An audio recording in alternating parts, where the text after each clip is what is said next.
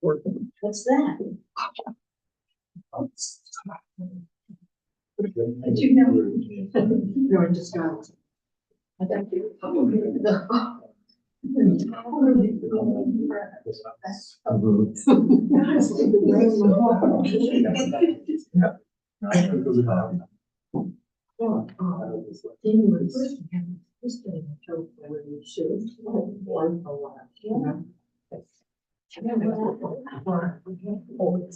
It's always cold in here. It's like the heat.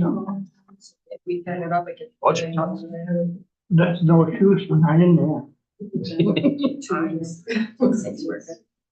You're not in there now. Do you have a copy? You're gonna read it into the record? No, we're not.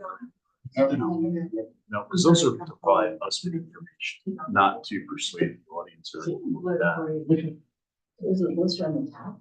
It's on the Just top. note that they're open in the records. Yep. Someone gets on the other side. We can even publish. There's no need. All right. Thanks for coming, everyone. Let's get the meeting started. February 8th. Work. Yeah, we're live. Start with pledge allegiance, please. Pledge allegiance to the flag, United States of America, to the republic which stands one nation under God, indivisible, with liberty and justice for all. All right. Yeah, let's do it. No, you go for it. Chair Zarowski is absent. Vice Chair Haugen is acting as chair. Present. Yes. Member Harley Davis absent. Member Ken Stevens. Present. Member Charlie Fishkus. Present. Okay. Got a couple things on the agenda tonight. First is a continuation of application 23-06, Friendly Acre Homeowners Association. You guys want to come on up? Some representatives? Sure. Well, all of us? All of us? Well, Just the the two, normal. the applicant, yeah, the applicant, please.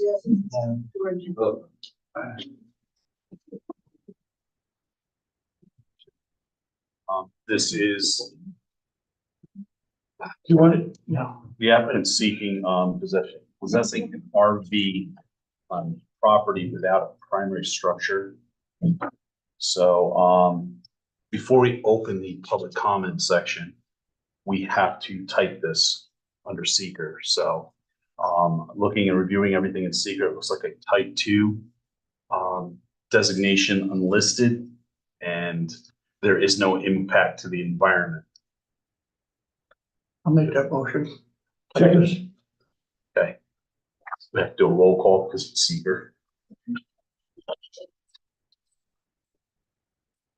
Vice Chair Haugen. Concur, yes. Ken Stevens. Yes. Charlie Fisher. Yes.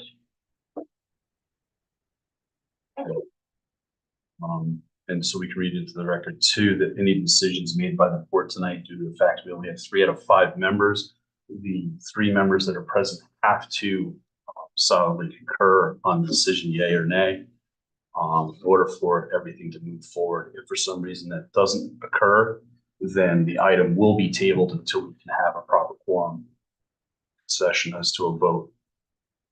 All right, do I have a motion to open a public hearing this time?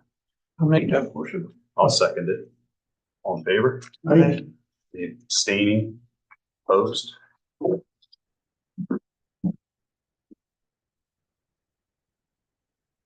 Sign up sheet or anything? No, probably not. Anyone don't? No. Okay.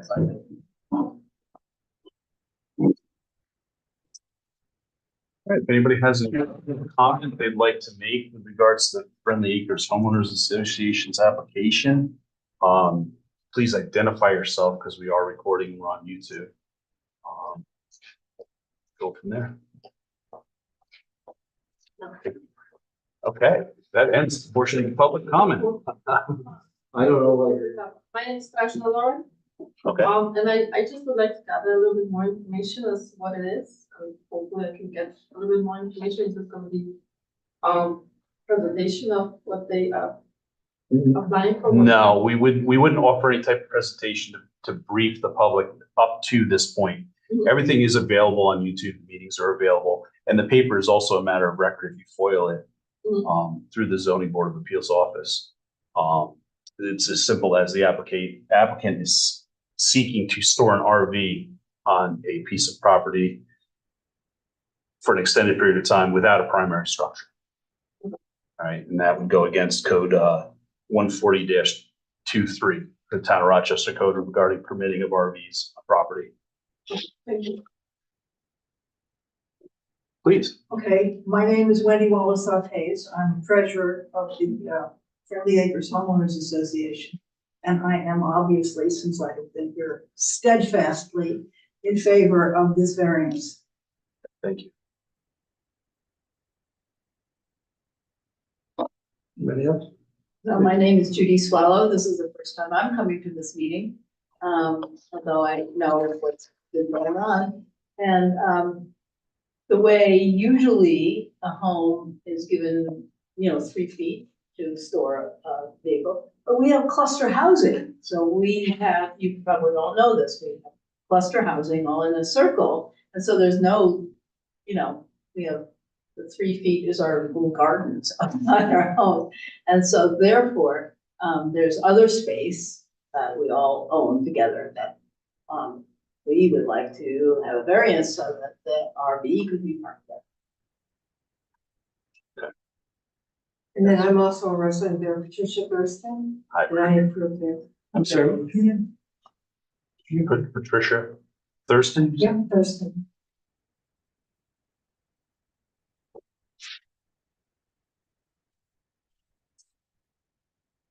Does anybody else have anything they want to provide? Comments? Well, I'm George Jacobs again. You've heard from me before about the same thing, and that's that it seems like, we're all homeowners, and most homeowners that have a, regular standard lot of some kind have permission to have an RV parked there more than 50 days or 30 days either. And so we're just, hoping to have the same rights as, other homeowners in town of Rochester.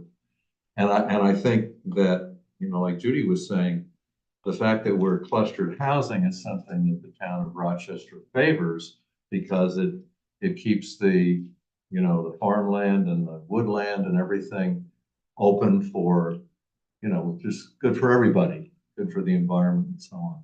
So that's. Is there a specific spot as to where this RV is going to be stored? Yes.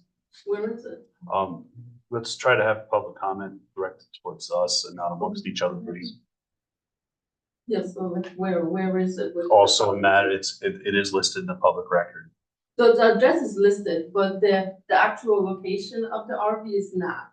So I am a neighboring property, and I heard in a comment before that they not only asking the circle is not only asking for storing your RV at the certain location, but they want to have an ability to store it within the property they own. And it would not be in my favor because if it's stored right next to my driveway, then I have to be looking at this RV coming home every single day. I will provide the information that if a person is storing an RV on their property and it's approved based on the comprehensive plan and zoning board of appeals bylaws, then they can store it wherever they want on that property because it is a mobile structure.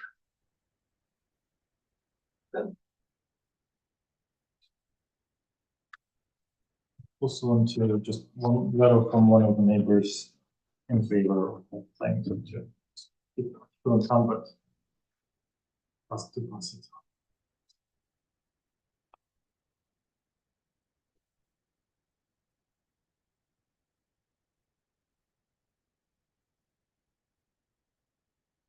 We also have 2 other letters that were sent in with regards to public comment.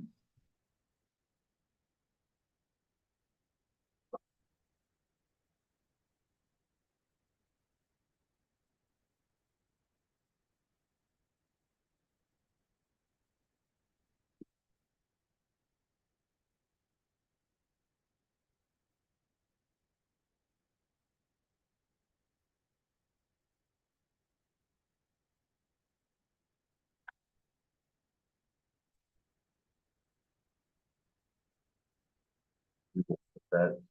Include the other piece more. Is there any other public comment? Okay.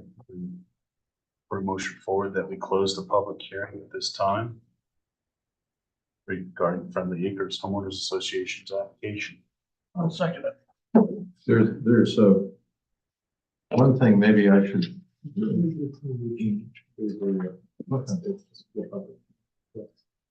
Okay, do a vote, all in favor? Aye. Aye. Aye. Public comment closed. Charlie, do you have any questions for the applicant? Yes. Do you own one of those bungalows or you just a renter? Rent.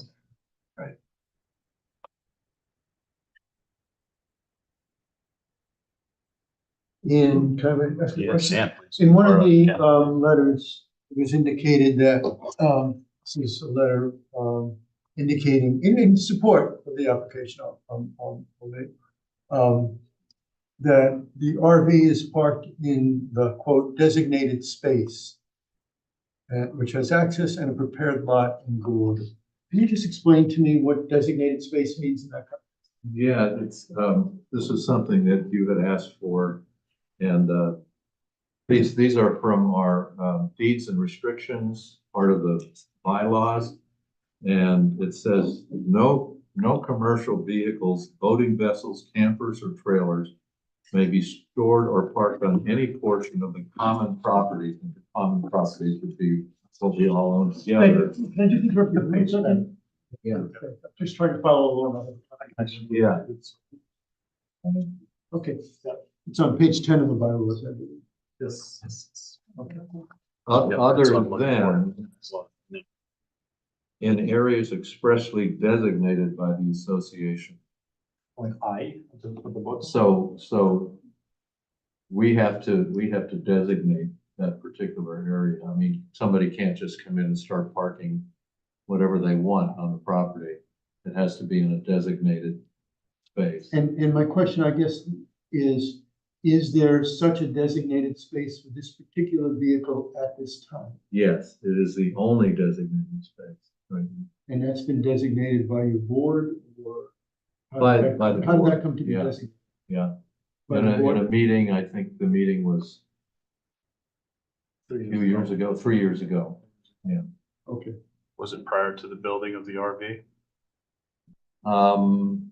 Yes. Yes. Yeah. Okay, because I think I have the submission from you guys from Friendly Acres that says that it's basically the same language, no commercial vehicles, boating vessels, campers, or trailers may be stored or parked on any portion of the land. And it goes on to say that this was signed and notarized on page 13, 42302. Does that sound familiar? Yeah.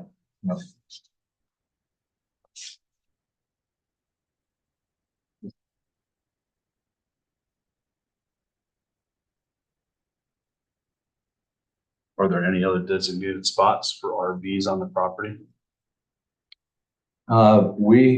That is the only spot that we have designated at this point.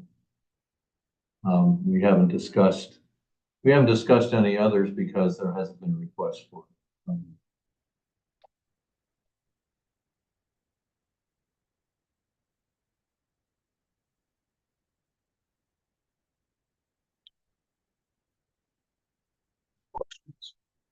Yeah, is there fire access to that, trailer down?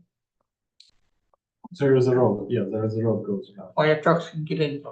Yes, well, right now, there's a creek that needs to be covered, but then like maybe. A creek, you said? Yes, like, it's been like it's a very tiny one, which is dries most of the time. Seasonal. Seasonal, but it's, Then fire truck can't go across it, yeah. so then there's no fire access to it. No fire truck can get to it because of the street. I drive there my car. Your car, Can go there. excuse me, Yes. it's is Yeah. 2 ton to The a trailer, 30 ton. yeah, the trailer is bigger than the fire truck, it also can get out too, so, but I think the plan is to make it accessible, like, in the near future. Actually, the fire truck can come really close. The thing is right in the picture, so they can access it from other side. I don't know anything else at this time. I don't have any questions. Ken, think of anything else you need to know? Just a question about the RV is not occupied, to be occupied, maybe occupied? It is. I've always been confused about It is exactly not what the occupied. situation is. I am building it right now, still not finished. So it's like in the process of finishing. It's like a handmade everything. Mhm. I'm still in the process of finishing. And yeah, not occupied yet. Excuse me? It's not occupied yet, or like not yet, but like so it's not even in use. I'll not be able to use it, like drive around because it's not finished yet. But is there an intent to use it as either a temporary housing or quasi-permanent housing? As a recreational vehicle, so I can move it somewhere, go somewhere for summer, park it, and designate it somebody else area to live, but not on this property. This one is just for storage. For storage? Yeah, this here is just for storage, but it is like built to live in as a recreation. It's a proper, would be a proper place to not live, but like, recreate. Would would your bylaws allow a situation in which either an owner could occupy our own building and allow somebody in the recreational vehicle to essentially use that as a rental property, or if they owned it, to live there? No, I'm trying to understand this, could this in a sense become accessory housing? It would be, I suppose, if it could be legal accessory housing, that would be, helpful in general because of the lack of housing in the area, but I don't think it's allowed to be that. I'm not sure. I'm just wondering, whether your bylaws have any restrictions No. on the rental of properties at all? No. I think you're not allowed to rent by laws. Rent your own house, as far as I remember. For like No, you can, for 7 years or something. if you own a house, you can rent it, but not within 2 years. And the whole purpose of that is to keep people from, buying and not being there, right? Renting it out as so, because we're trying to keep a community of people that, live there and work together, help each other, good neighbors and all of that. So that's what we try to preserve that. I think we know that it's illegal to rent it out and live in there, so we don't planning to do that unless it suddenly would become somewhat legal to use. That's the plan. If it's legal at some point, because there are other counties are allowing living in RVs, like the Green County allows that, and then in some towns, Kingston sometimes maybe allows that. I don't remember exactly, but some of them allow it, and if you're constantly changing then the code. Unfortunately, we can only deal with what's allowed in the town of Rochester. We can't Yeah, speculate. no, what other counties- I'm saying because it's not allowed, it's not planned, because board of the Grand Agro Association won't allow because it's illegal. So you're understanding that were we to grant the variance, it would not be an open door for you or anybody else to live in there as accessory housing? Yes, Absolutely. No, not allowed. Nothing further. Well, I think we're at the point now where we can go ahead and classify this under our seeker, 5 questions. So, question 1, whether an undesirable change will be produced in the character of the neighborhood or a detriment to nearby properties will be created by the granting of the area variance. Start with you, Charlie. What do you think about that?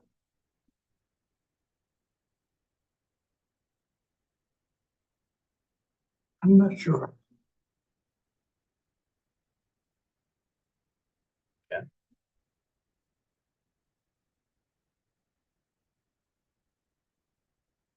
I'm also thinking about it in terms of, we have heard one person to express a possible concern, given where the vehicle might be located. And on the other hand, we've heard reference to the positive impacts of cluster housing and how that aligns with town goals.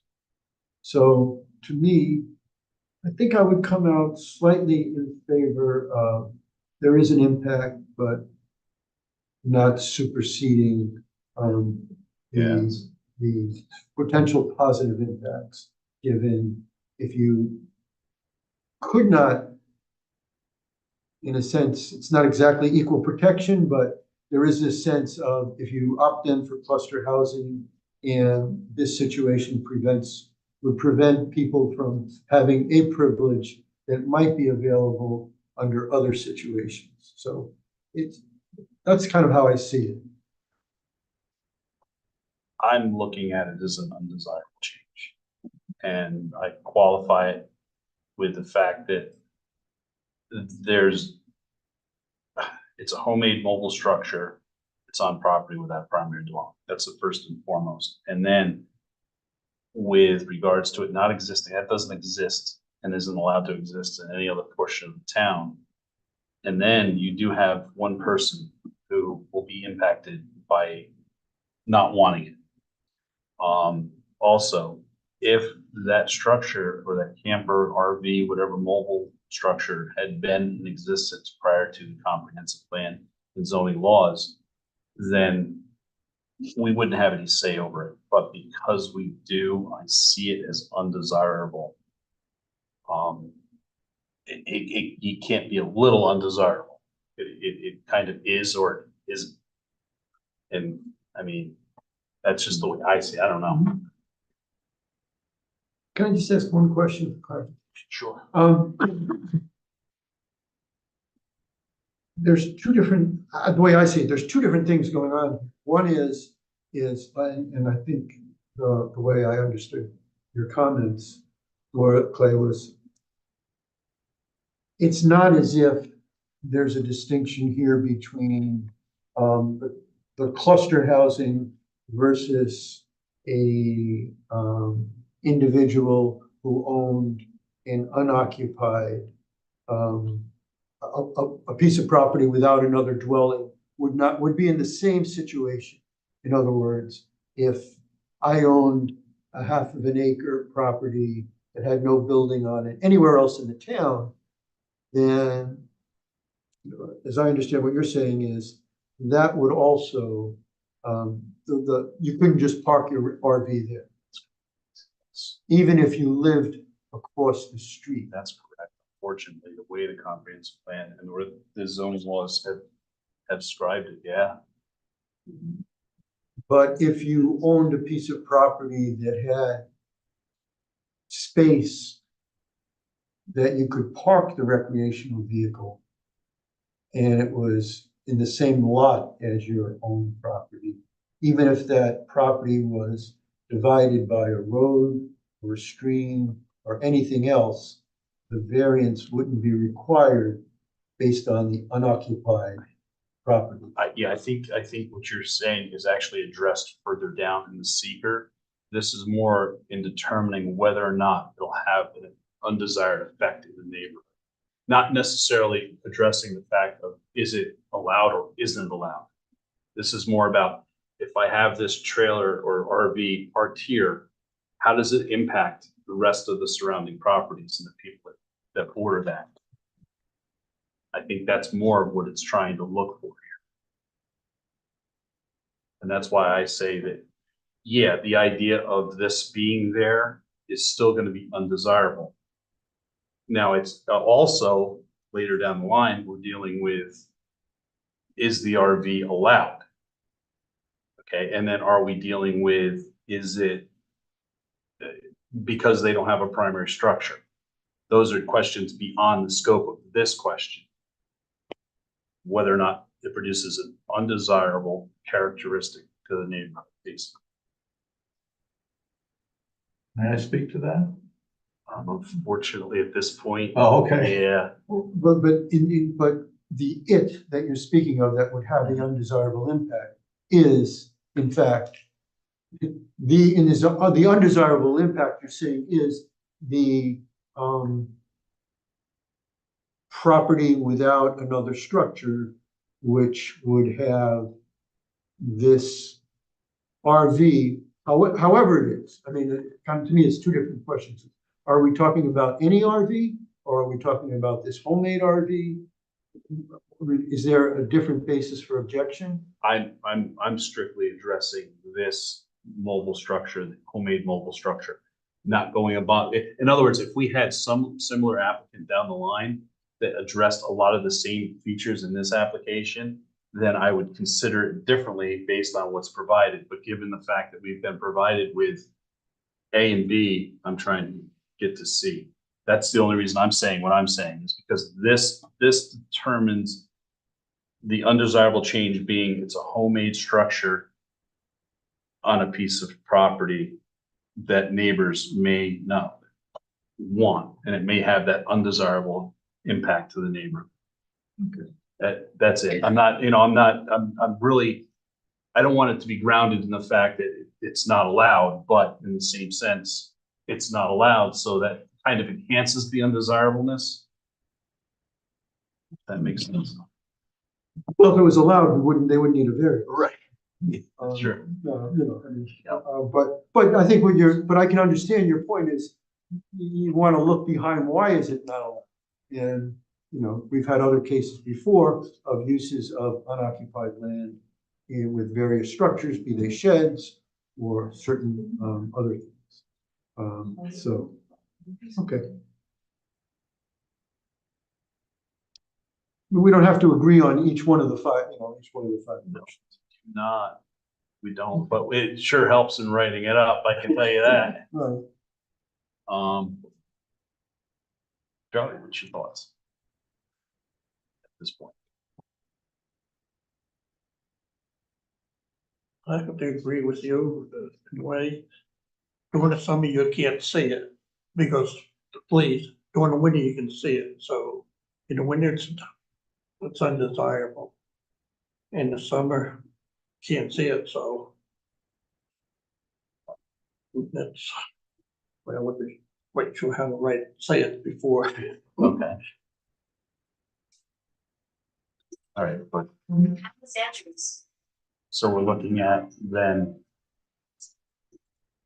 Dan, are you partially towards the undesirable when it comes time to write this up? Or basically, let me ask this. Yeah. Is it or isn't it? I'd say no. Okay. I'd say no. I don't see it as undesirable on the whole. Okay. Charlie? I agree with you on that. I think it is. Let's try to read this up real quick.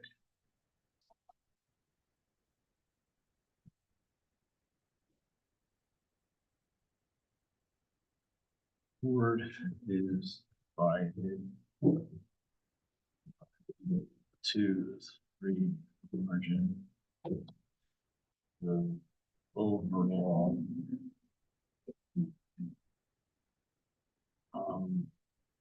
Seven. That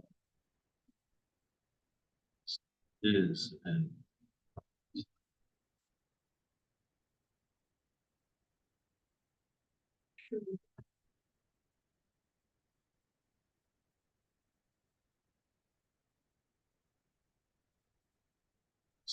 desirable.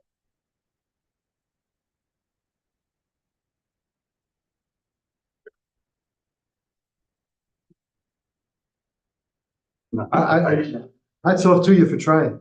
No. Is undesirable to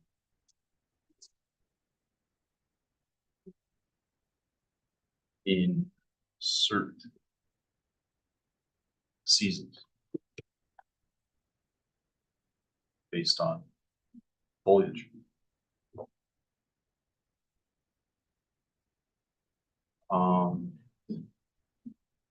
It will result, let's see.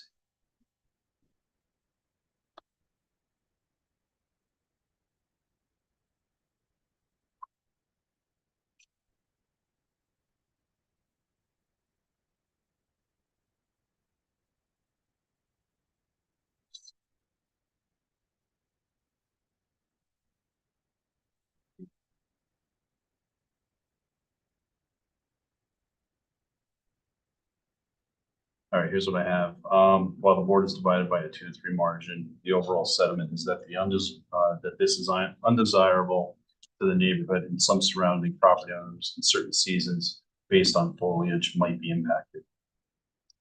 How's that sound? Two suggestions. One is, Sure. I think it's a 2-to-1. I think you said 2-to-3. Yeah. 2-to-1, okay? Yeah. And I'm fine with that if you say the majority instead of the overall. Okay. And I would just like, you know, I don't know if you don't have to call me the dissenter No. or whatever, but the countervailing view is that the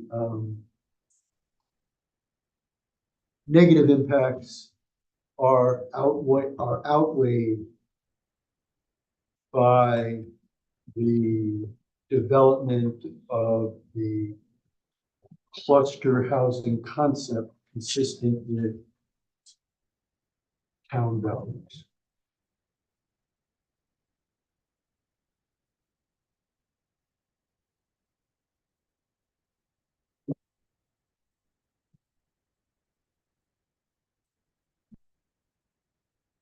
See if we got that. Countervailing negative impacts are outweighed by the development of cluster housing impact on town values. Let's see if I can tweak it. The countervailing view expressed was that the possible negative impacts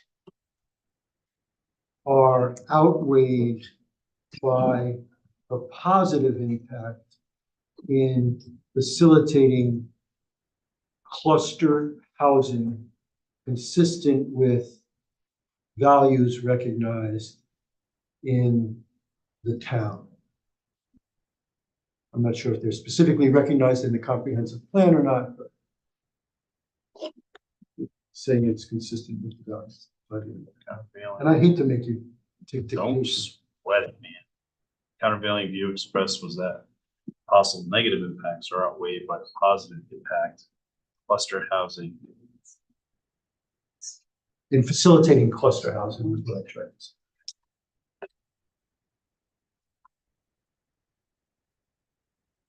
Facilitating cluster housing. And its impact on town values. Consistent with town values.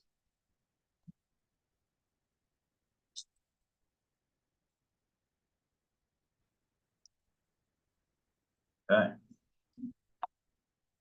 Thanks for bearing with me on that. no, appreciate it, man. All right, well, the board is divided by 2-to-1 margin. The majority sentiment is that this is undesirable to the neighborhood and some surrounding property owners in certain seasons based on foliage. And Chester. I'm gonna leave that out. Mention comprehensive plan. Based on foliage, the countervailing view expressed was that the possible negative impacts are outweighed by the positive impact in facilitating cluster housing consistent with town values. Like that? Good. Thank you. Move on to question number 2. All right, whether the benefits sought by the applicant can be achieved by some method feasible for the applicant to pursue other than the area variance.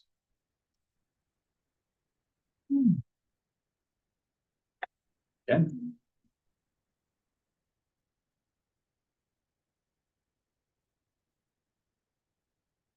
I don't really see an alternative other than declusterizing the property so that individual parcels would have designated spaces attached to them for these purposes. I don't know how feasible, I'm not sure if that's feasible in the sense that the statute is looking for us to look at feasibility. The only way I see it is put it on some of the property. That's the only, I'm sorry, Charlie, put it on another property. on another property. Yeah, like renting a, storage facility, put it into a storage place where you can put them. Oh, I see. That's the only Right, other. that's what I was gonna suggest, storing it in a commercial facility that allows for RV storage. Other option would be to create a primary structure on that property, because it's not property that's associated with all of the clustered housing, it's separate property. It's, in other words, it's not, they're not deeded the same, they're not under the same property listing. So in other words, yes, what you're saying is to avoid taking those clustered houses and assigning them a portion of each one of those properties assigned to that cluster housing, which would require lot line adjustments for each piece of property to be reassigned.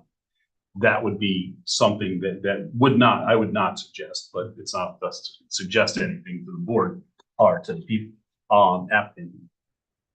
I would say that there are a couple options on the board that could be achieved. Some of them require, significant jump, but they could store it, like Charlie says, in a commercial facility or someplace that's Offsite. Offsite. Offsite, but you're saying something about onsite, if they constructed, If that piece of property has a primary structure, then they are allowed to store their RV, the homeowner's RV, on that property. so, This is, so if I'm just trying to play with the idea, so if the Friendly Acres Association deeded piece of property and built a home on that property and sold it to somebody with the understanding that part of the deal was that they were going to allow a recreational vehicle to be stored on that property, then there would be no problem? you're close, you're close. It would be a matter of the people that currently are deeded to that property. That organization, Yeah, yeah, name is on that property. That was it 7.8 acres, I Yeah. think. If they were to, on that 7.8 acres, it could be the organization. But that's what I'm. No, it doesn't have I'm to with be, you. yeah, it Yes, doesn't I'm have to with you. be given to anybody or sold to anybody The organ- first. It has to be- okay, doesn't it have to be transferred. advanced. The organization that built a house, Yes, on that piece of property, a small house. then the homeowners association could in fact store an RV on that property. And they would not need a variance. They would not need a variance. Because every homeowner, you'll notice the RVs that are stored at people's homes is allowed in New York or in the town of Rochester. What you can't have is storage of an accessory item like an RV, shed on a vacant piece of Right, property I without understand, primary structure. I understand. And that's what this I would be. understand that, right. So then, okay, I can buy that, that's an alternative, that's not unfeasible. Yeah, It's not. like I said, it would be a big ask, but it's an option.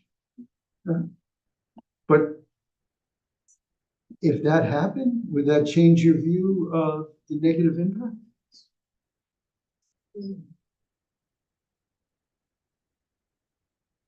I don't necessarily think it would, given what the item is. But then they wouldn't need a variance, right? They wouldn't need a variance, and then I wouldn't have an opinion. We wouldn't need it. Okay, okay, So okay. Charlie, you're saying yes, it has one, or no, it does not? And one more, Has, there's a way for it to be Yes. achieved. there Yes. is on the way. Ken, what do you? I agree. So it's all three agree.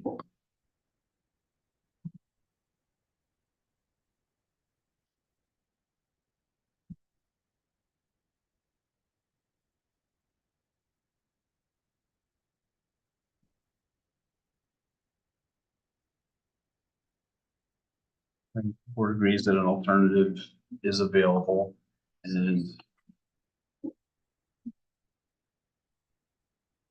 there are existing ways to achieve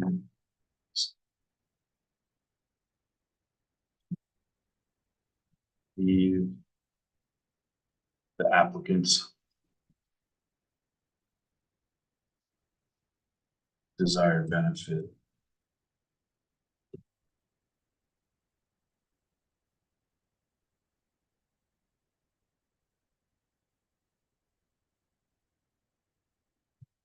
Uh, sorry. If they choose to do so.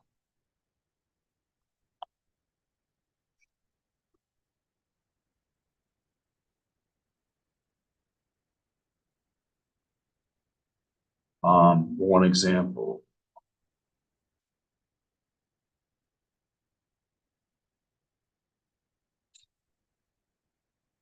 Example be to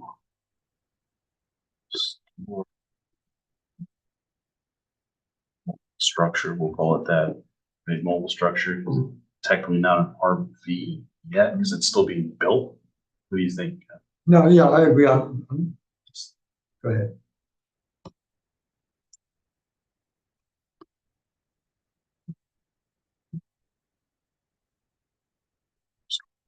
Station.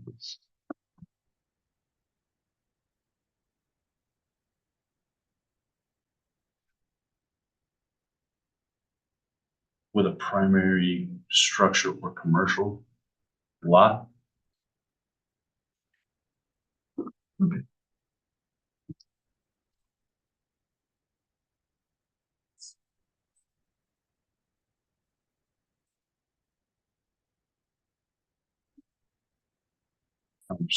Just look at this.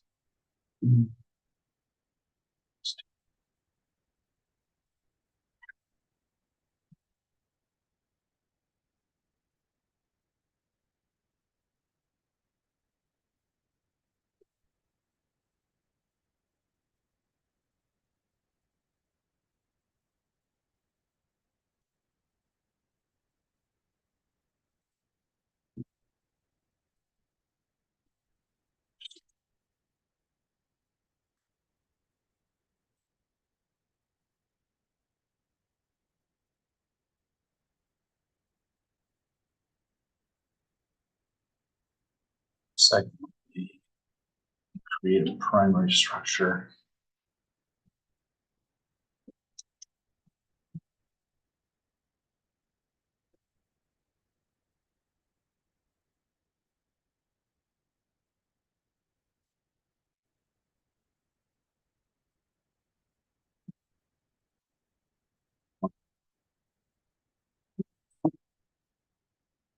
Building and zoning laws.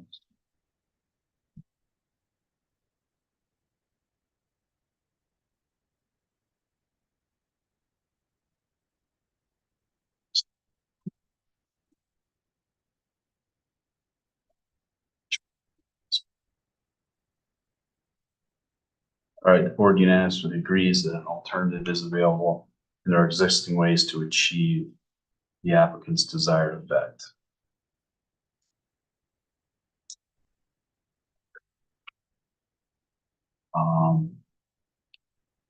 If they choose to do so, sorry. Horrible spelling in here, because I can't tell you. If they choose to do so, one example would be to store the mobile structure local at a location with a primary structure or commercial storage facility. Second would be to create a primary structure under current building code and zoning laws for the property. I'm okay with it, but I'm just not so sure about the first one. If that if you accept that the applicant's objective is to use their property. And if we say, well, you have an alternative to go to another property, then that's almost anybody who comes here, we could say, well, go buy another piece of property. Oh, no, I'm not saying buy another piece. What I'm saying is there's already established storage facilities that would allow for them to have a place to put this. Right. That's all. Right, I'm just saying that what they want though is to put it where they are. Not a big deal.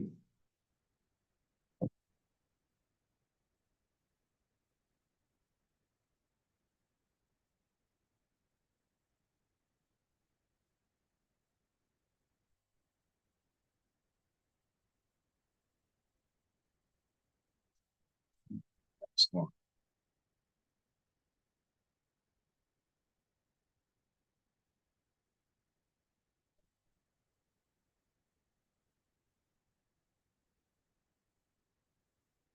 It's fun. Question 3 is not here. All right, there it is. Whether the requested area variance is substantial. I would say yes. Okay. What makes you think, and what would the percentage be? Be 100%. Okay. Variance. I have to agree with that, Charlie. I think it's 100% ask. I agree. It's not there. Yeah. Okay.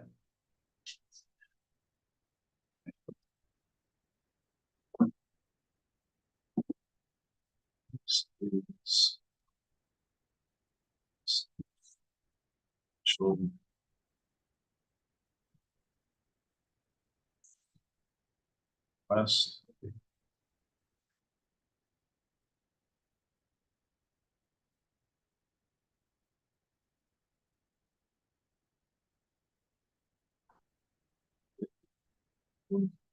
Require 100%.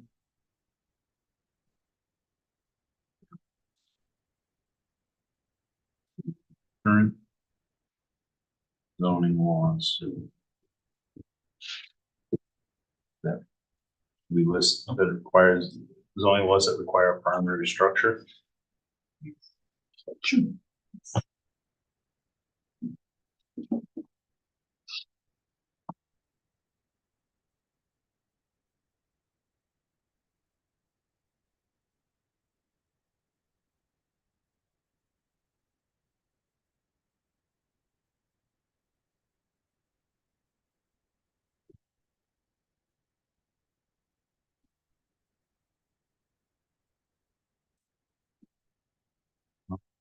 Law that requires a primary structure built through current zoning building code.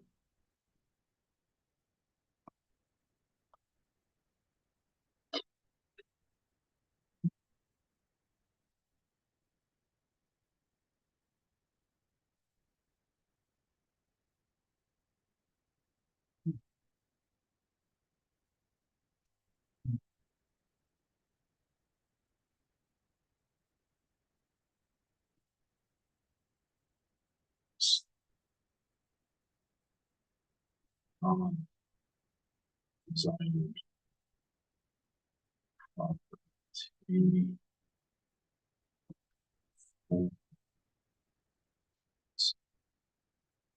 Use.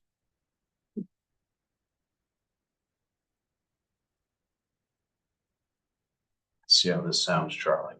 This is substantial variance request. It would require 100% variance for the current zoning law that requires a primary structure built through current building code and zoning laws on the desired property before accessory use.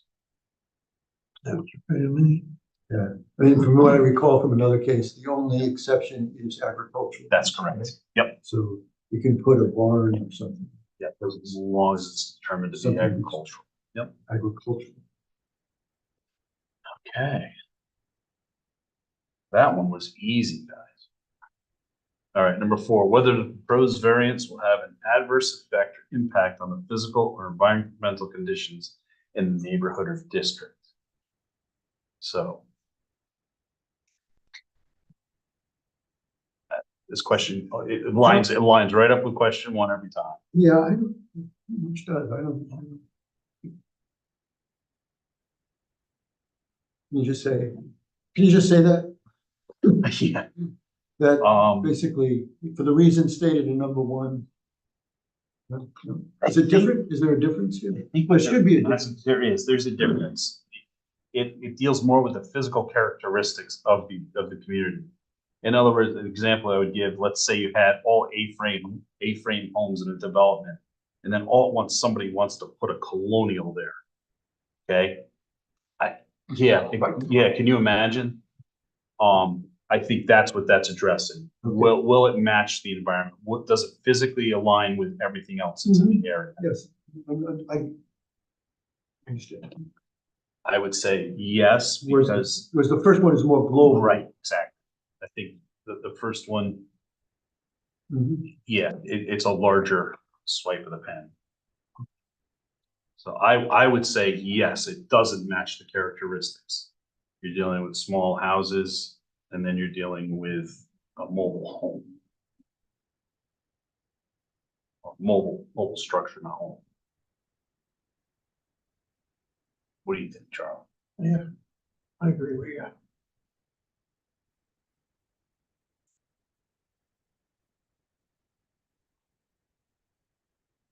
It sounds like it would be a change of some significance. So we all three agree that it does physically not align.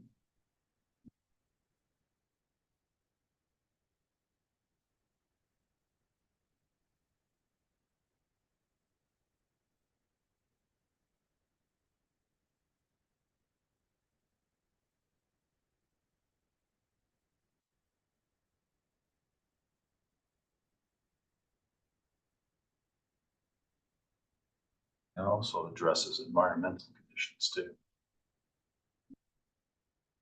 Yeah, what are the environmental conditions? I think it in would this deal, case? it would deal with, once Charlie brought up the accessibility to emergency vehicles, the widening roads, how that would be impacting on the property, stuff like that. But we can't assume that stuff. We can't really look deeply into that. Not without more facts in the record. Right. So, but based on just the impact, physical impact on the property. It's for.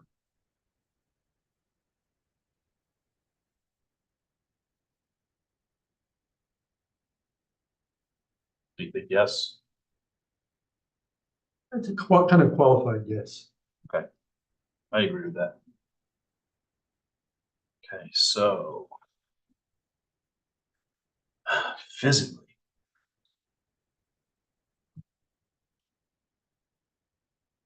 Does not match other characteristics, I guess you could say. Characteristics of the pre-existing structures on surrounding properties.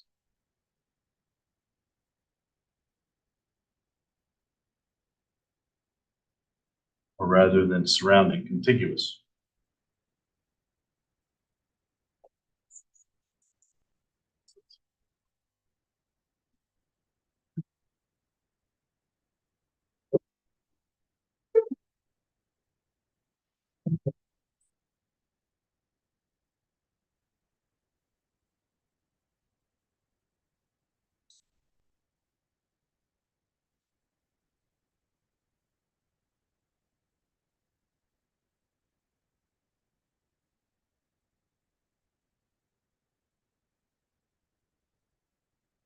I'll read it to you, see what you think.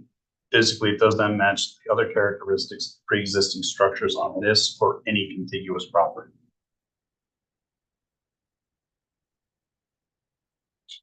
How's that sound to you, Charlie? Okay. I don't object, but I don't feel like I have enough information to say any contiguous. I just don't know what all the contiguous properties are. We've heard some concern. I don't know. In other words, what I'm just trying to understand is if somebody on a contiguous property had this structure already, which didn't require a variance, putting aside any building code issues for the moment. Then we wouldn't say that, right? We wouldn't say it, we wouldn't say it's, you know, if tomorrow all the neighbors who own their own homes had similar structures, then it would be, I just say, I just don't know what the community is in the immediate Well, around you. if it helps any, I've looked around on the parcel viewer and I've also traveled through the area. And that's not happening. All right, the what if isn't there. So it's, so currently, That's and correct. I trust, there's nothing similar there. No, there's no homemade RVs on any of the contiguous property that I can see. Of course, I'm only traveling down the road. I'm only looking at parcel view from 2021. But you've looked at the actual, okay. No. Yeah, there's due diligence there. Okay. That sounds good then. Yeah, All right, number 5, last one. Right. Number 5 is whether the alleged difficulty was self-created, which consideration shall be relevant to the decision of the board appeals, but shall not necessarily preclude the granting of the area variance. In other words, this doesn't automatically disqualify anybody from getting a variance. right. In almost every situation, we But find that yes, it's self-created, exactly. unless it's a situation that evolved We found the one last time. after the That's correct. zoning laws were adopted or changed, That's or correct. something was approved and then was rescinded. Yep. That's why I agree. Yep, I agree also. All right. This alleged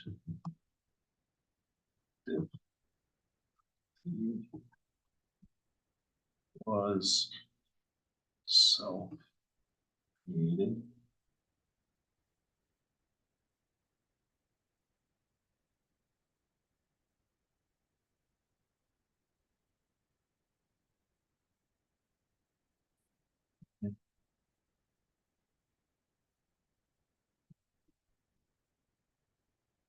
Now,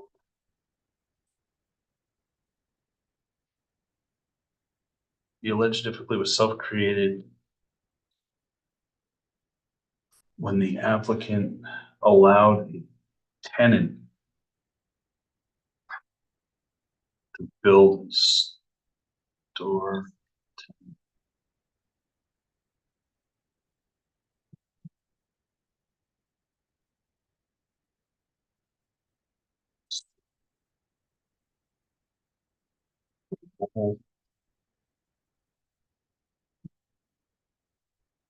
Structure.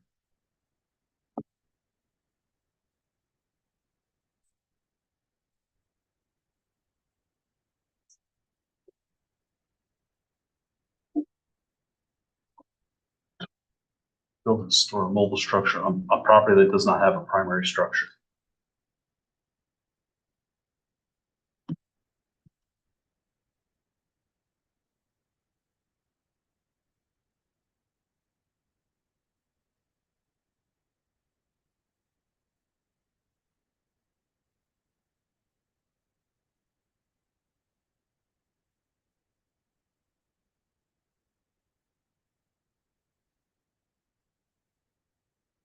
How does this sound?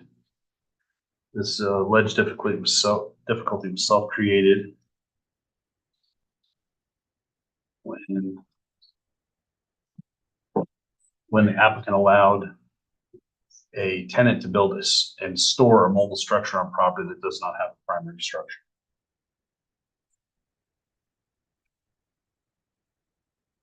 All right.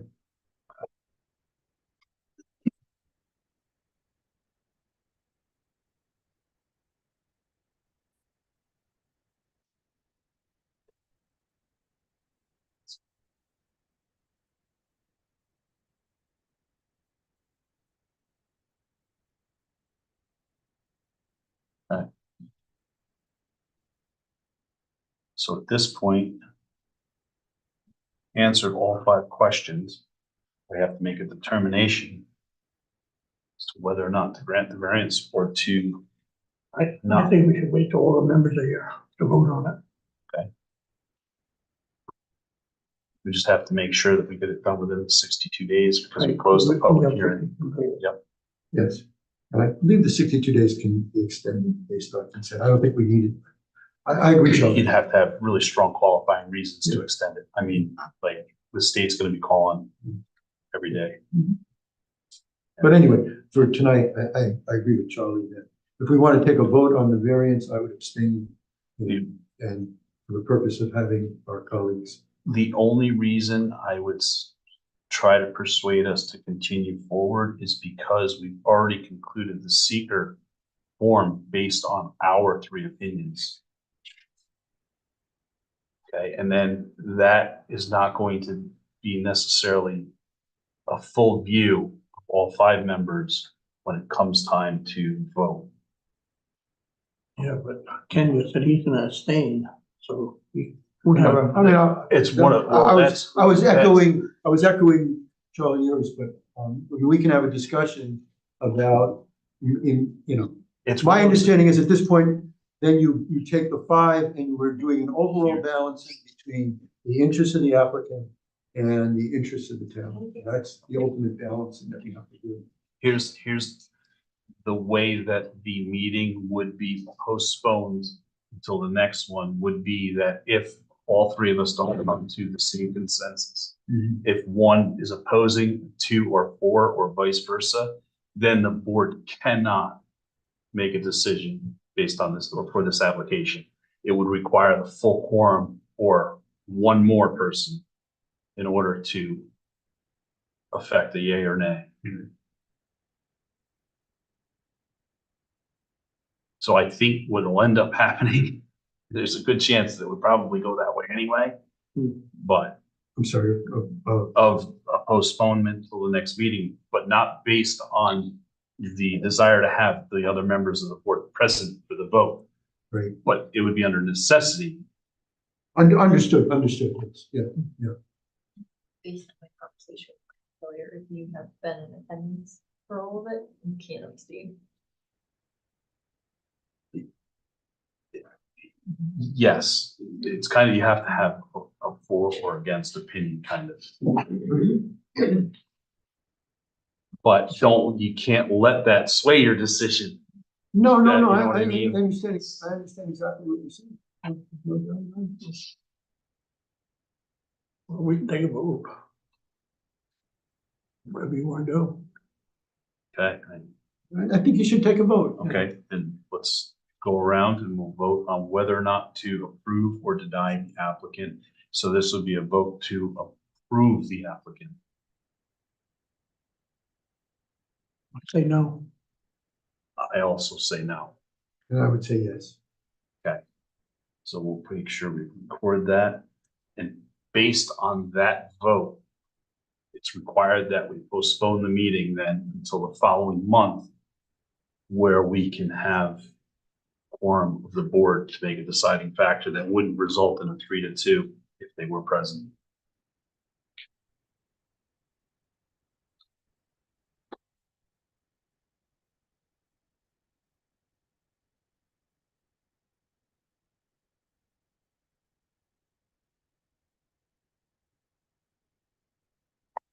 Make sure we record each person vote on that too, just so that we know when we carry to next, no, that's only the only reason. Right. That's all. And And for the record, nobody is bound at a future meeting to take the same position. anybody Tonight. until a vote is finalized can change their opinion on any information given. But once the final vote's taken, then That's it. That's final. that's correct. Once again, I would caution that the seeker information can be shared with the board members that weren't here. But we can't change it.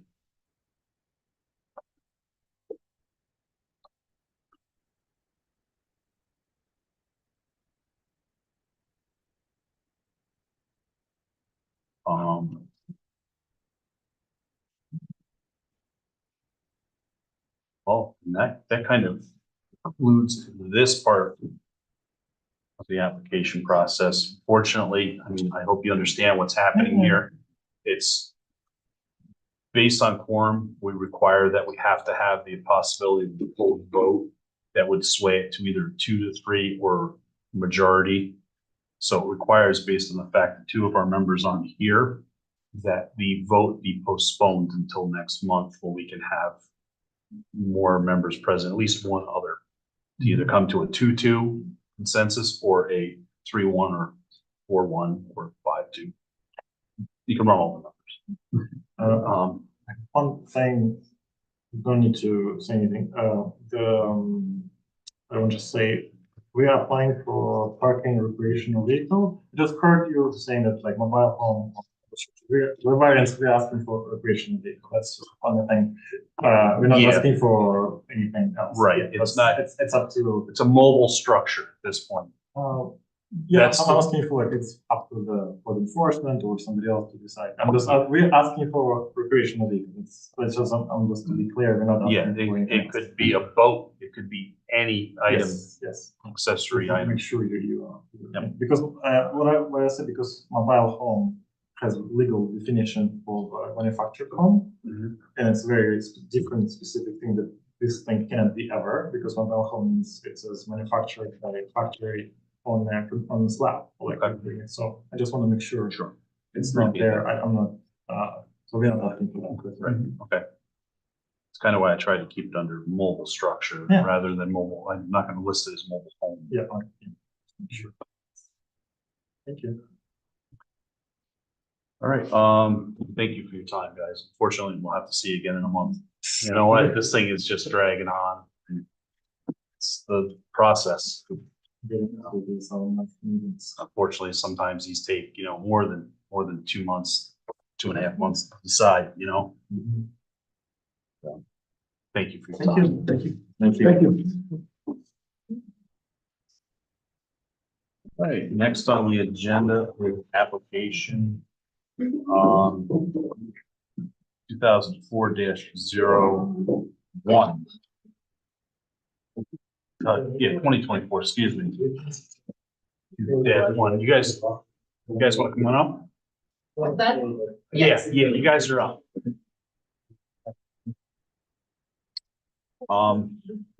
Applicant is seeking to locate a shed 22 feet from the creek that runs through the parcel. The applicant is seeking 78-foot variance. I'll list the lot number 68.4 H2-11. It's R2 zone. It's located on Metacoms Road. The applicant is Lisa Hanson, and they're also representatives. How you doing? We're, Thank you, Ken. brand new at this. So we weren't really expecting it. I'll go first, I think. All right. Give us a We had the house built. I always understood that the septic system had to be 100 feet from the house. I didn't know a shed had to be 100 feet from the house. We live on a very hilly lot. There's a large pond there. Across the street, we have another parcel. Okay. But my question is that a DEC variance or is it town variance? Well, based, Or I should say, I'm not saying variance, but well, actually, it is a required variance that you're seeking, so it's a legitimate concern. The town requires a distance from streams I think that's DEC. right, and that's regulated through the DEC. So your question is, ultimately, the DEC is gonna be the one that has to give you permission based on the setback from that stream. Okay, But it's, the way it's listed in the town zoning, it requires a variance before you can really see through the DEC. If that makes sense. well, So we're kind of replacing an existing structure, an old barn in the Wait. back that has collapsed. Yeah. And, you know, that's where we would have stored the lawnmower and all that stuff. But it's too wet back there, so we want to put it where it's drier. It never, the water never comes up on the right side of the stream. So we just. Hey, folks. We own 14 acres. Hey, folks, can I have you guys step outside so I can finish? Thank you. We own 14 acres and we wanted to do the right thing, so we came to town to get the permit. And then they said that about the water, so, you know, keeping it so far from the stream, but the water's never come up on that side. It's always come up on the pond side. yeah, the stream rushes into the pond. And then, And we're not sure why the Exit stream is there. protected this wide. Ultimately, if it's any consolation, the state is adjusting all of their wetlands requirements. Yeah, I mean, it's not So on they our are. deed or anything, So- and it's protected. Also, didn't know when we bought it, so we bought it. my second half of the question was, Sorry. can the board, can the board, if they recommend, if they want to grant the variance, it's still gotta go through the DEC. Yes. Which is probably not good. Having worked for the state as long as I did, it could not be any more difficult sometimes. Yeah. What department did you work for? It's not important. Mine is, we both work for the state, so I was wondering what department you work for. We understand the process. Yeah. But here's the story. We went to the shed place in Cohasset and I put a deposit down. And we saved $1,500 because we put the deposit down before the end of January. He needs to build that shed and get it delivered, or we lose our $1,500. So $1,500 to me is a lot of money. And I It's a feel lot of like money for anybody. for anybody, right? So I just, We're give us a definitely sympathetic. decision or look at the property Well, and you know, I just suggest want- where else we could put it. Well, what we can't do is give you, hey, you should put it here. Because if something happens and you put that shed there, now we're kind of liable, we're on the hook for having directed you where you should locate your shed. We can advise you as to the laws that require the proper setbacks for the shed. And through Parcel Viewer, you might be able to do some research on your own to locate those high water marks in the stream bed where they're required for the setbacks, and then base your location on that. I mean, it's the stream and then the hill. So we want to put it between the hill and the stream. I understand, I do, believe me, I understand completely. And one other thing on DEC, that stream, there's a house up the road that put in a pond. That stream just turned to mud. We didn't complain to the DEC. DEC said some neighbors complained about the water, the mud coming down. It says, go take a look and you can see where it's coming from. And he said, well, we'll get, you know, he looked at it and he said it's coming from that other pond. Basically, it has, I haven't seen it, but this is what I was told. It has a runoff, kind of like half dug, and then it just stops, and then it just runs, water just runs through the property wherever it can. It's the stream before all this mud's coming out. My thing was, is that, you know, this guy came down, checked it out, told me, you know, we be hearing something in a, you know, couple of weeks, or someone will stop by. It just never happened. I called. He says, well, I reported it to Albany, and they're not concerned about it, evidently, because they're not sending anybody down. So why is it protected? You know, Believe I me, mean, I understand. anything that was living in that stream, I can't give you a qualifying reason why nobody from the state came out for you to see the impact it was having. Can't do that. I mean, that's, yeah, I know. I'm just letting you know. It's just not a. it's not surprising. All right, so that's all I had.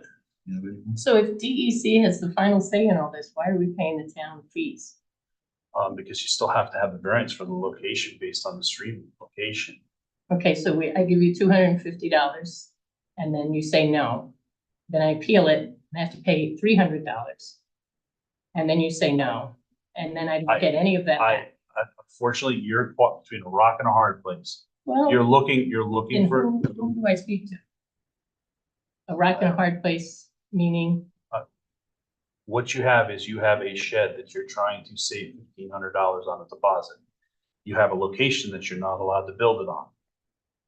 It's not on the board or the town to say to you, you should have done your due diligence with regards to buying the shed prior to having a location and knowing what the zoning laws were and the state laws were.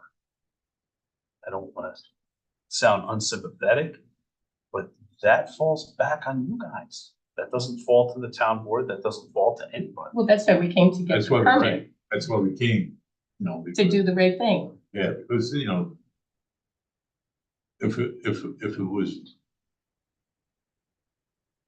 let's just say, some people would just put it in there and hope for the best. Would not encourage that. No, and we're not doing by that. any means. No way would I say that just go do it now. But the fees exist. They're not set up by any member of this board. We don't regulate them. We don't have a deciding factor on them. That falls back on the town board and a lot of it on the state. Going forward, I think based on the limited information that we have, we're definitely gonna have to have more information. We're not gonna be able to give you a decision tonight, one way or another. So So, we weren't coming here for a decision. We were coming here to see what our chances are, and our chances seem pretty slim. there's no way the board can give odds on something like this. We Well, can't without all the I wasn't information. asking for odds, I was just trying to get the. Yeah, it's one of those things where if you choose to withdraw and seek getting your money back some other way, you have the option to do that. If you choose to go forward with the application, then there's a process that's in place that we can go through to make a decision on, and we can decide on whether or not to grant the variance or not grant the variance. Then it would be up to you to seek the clarification through New York State. Have many of those variances been granted?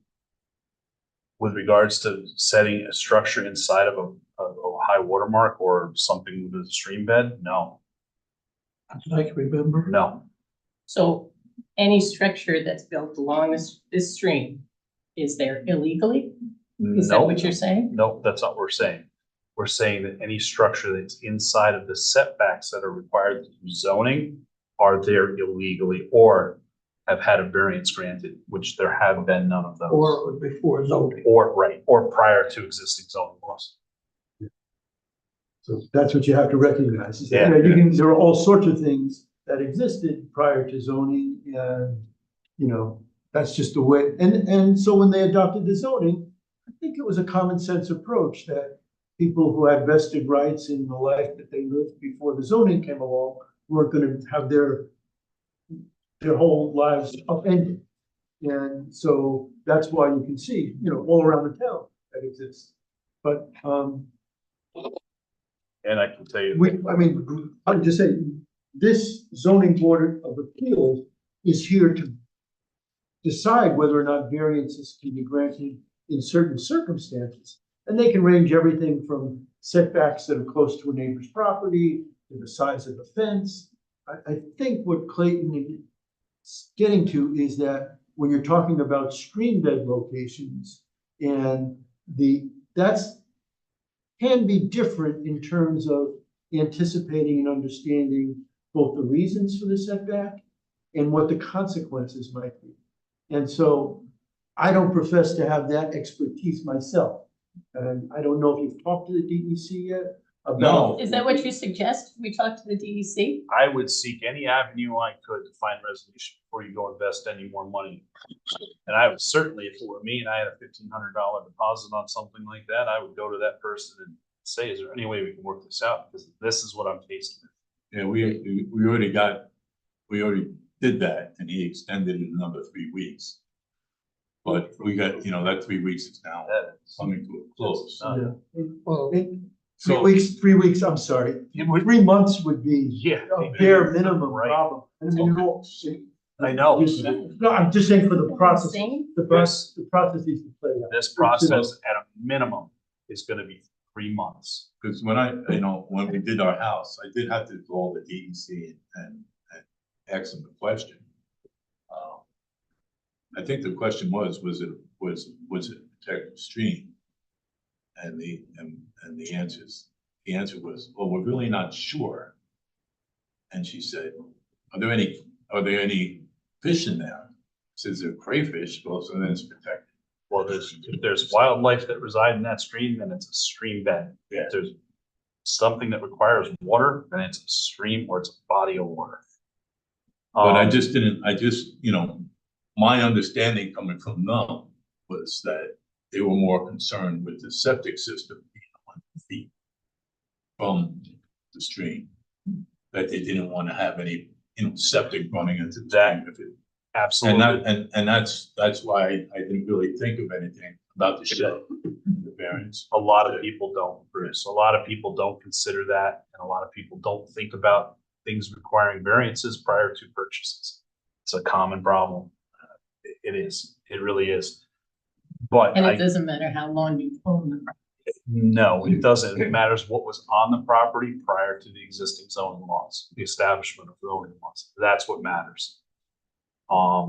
So the fact that there was a barn there and we're replacing the barn in a different location on the better side, the dry side, that Which- doesn't make a which- difference. if you decide to go forward with the application, would be a question that would try to be addressed by providing proper documentation, some form of proof that there was existing It's structure there. there. I mean, it's there. It's knocked down like every neighbor has taken something from it because it's so far back. Before we get to that, though, it would be one of those things where you strongly need to consider whether or not you want to proceed.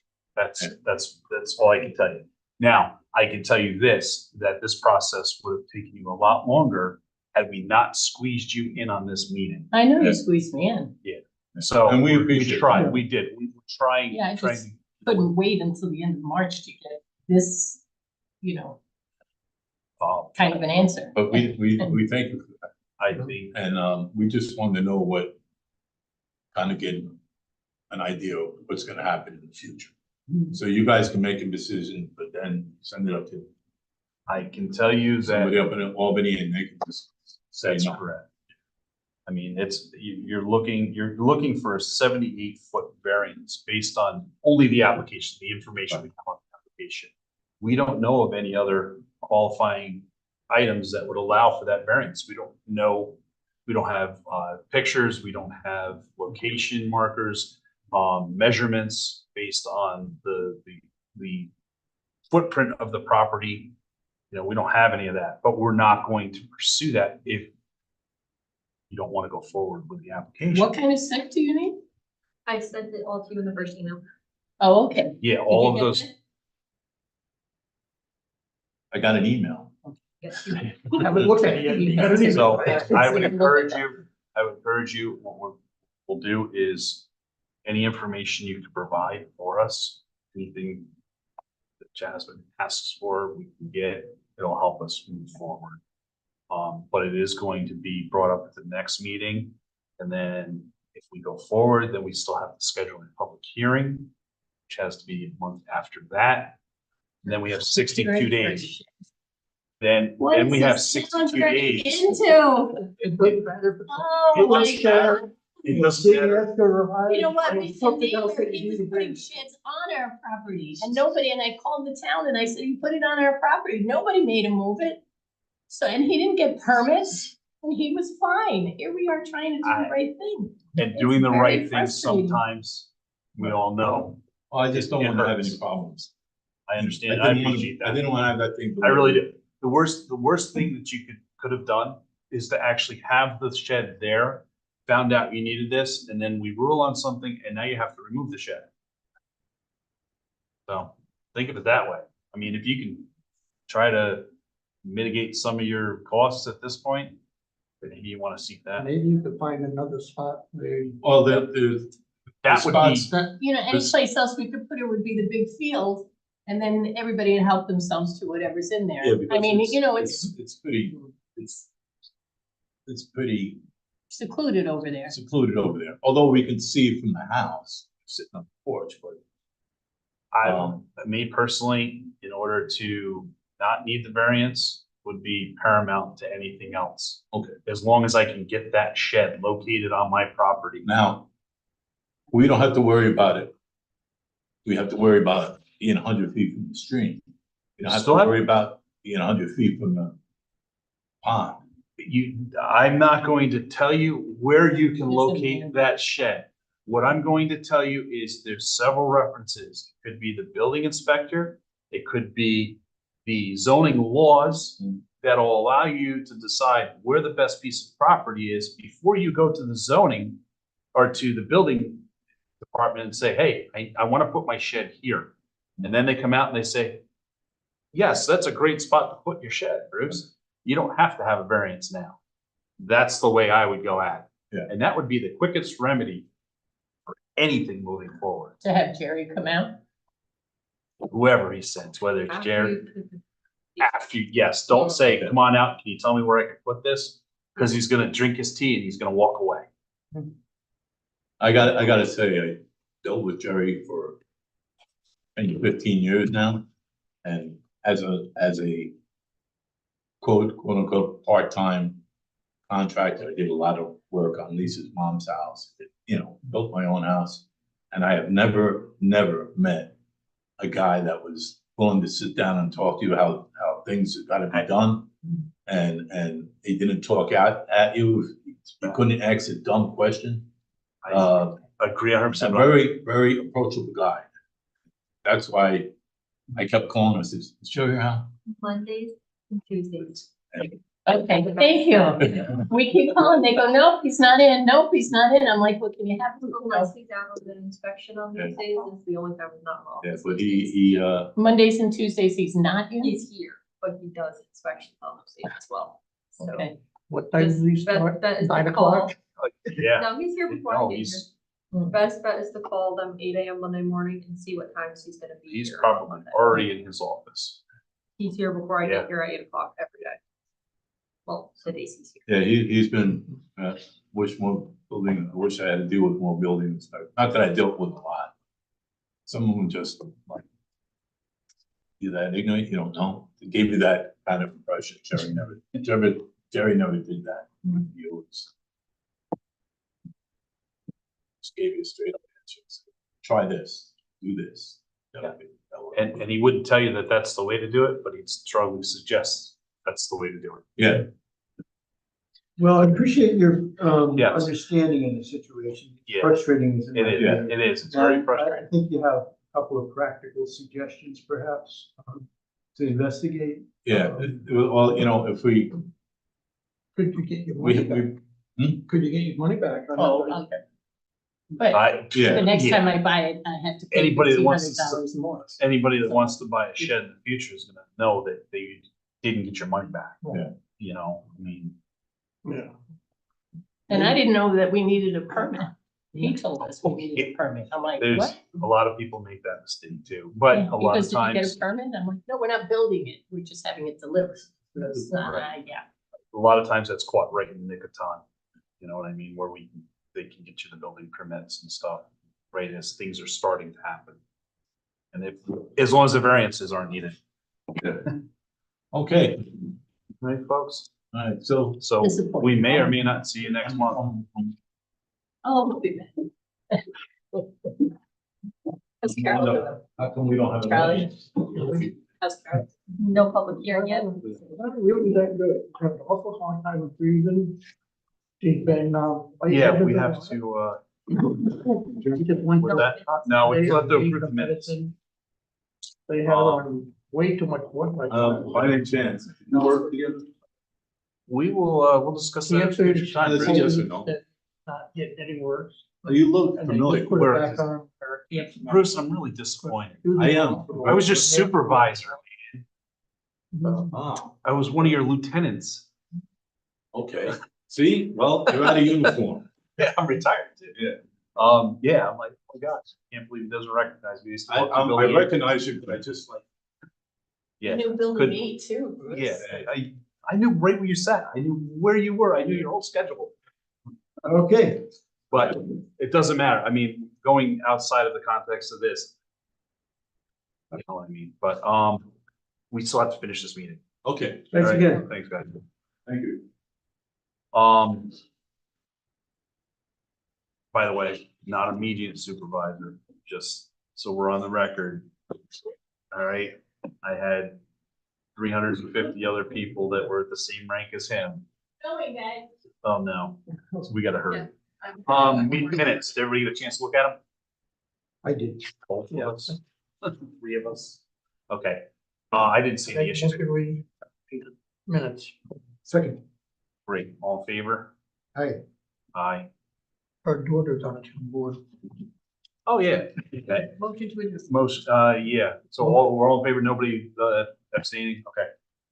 Motion, to adjourn. seconded. Third. All right, concludes the meeting, guys. Excellent job. Yeah. oh Thank my you so gosh. much.